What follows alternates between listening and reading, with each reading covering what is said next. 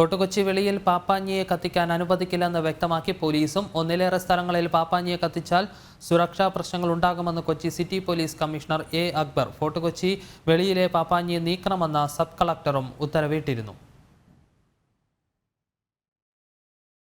Parade ഗ്രൗണ്ടിൽ മാത്രമേ പപ്പാഞ്ഞിയെ കത്തിക്കാൻ അനുവദിക്കുകയുള്ളൂവെന്ന് കമ്മീഷണർ വ്യക്തമാക്കി. പഴുതടച്ച സുരക്ഷാ ക്രമീകരണങ്ങളാണ് ഫോർട്ട് കൊച്ചിയിലും കൊച്ചി നഗരത്തിലുമടക്കം പുതുവത്സര രാത്രിയിൽ ഏർപ്പെടുത്തിയിട്ടുള്ളത്. 13 ഡിവൈഎസ്പിമാരുടെ നേതൃത്വത്തിൽ 2000-ഓളം ഉദ്യോഗസ്ഥർ ഡ്യൂട്ടിയിലുണ്ടാകും. ഫോർട്ട് കൊച്ചിയിൽ മാത്രം 1000-ലധികം പോലീസുകാരുണ്ടാകും.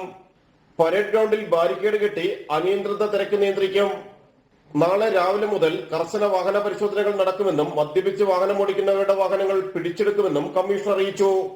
ഏകദേശം 2000-ഓളം പോലീസുകാരെ കൊച്ചി സിറ്റിയിലെ വിവിധ എല്ലാ കൂടി കണക്കുകൾ ഫോർട്ട് കൊച്ചിയിലും മാത്രം 1000-ൽ പരം പോലീസുകാരെ വിനിയോഗിക്കുന്നു. ബാക്കിയുള്ള സിറ്റിയിലെ വിവിധ ഭാഗങ്ങളിൽ ന്യൂ ഇയറുമായിട്ടുള്ള ബന്ധപ്പെട്ട ആഘോഷങ്ങളുണ്ട്. സ്ത്രീകൾക്കും കുട്ടികൾക്കും യാതൊരു തരത്തിലുമുള്ള ഉപദ്രവങ്ങൾ വലിയൊരു ക്രൗഡിൽ നിൽക്കുമ്പോൾ ഉണ്ടാകുന്നില്ല എന്ന് ഉറപ്പുവരുത്താൻ, അവർക്കൊരു മൊളസ്റ്റേഷൻ ഉണ്ടാകാതിരിക്കാൻ, അല്ലെങ്കിൽ മാല പിടിച്ചു പറിക്കുക, മാല പൊട്ടിക്കുക തുടങ്ങിയ കുറ്റകൃത്യങ്ങൾ നടക്കാതിരിക്കാൻ അതിനു വേണ്ടിയിട്ട് പ്രത്യേകമായിട്ട് വനിതാ പോലീസ് ഉദ്യോഗസ്ഥരെയും ഷാഡോ ടീമിനെയും നമ്മൾ ഡിപ്ലോയ് ചെയ്യുന്നു.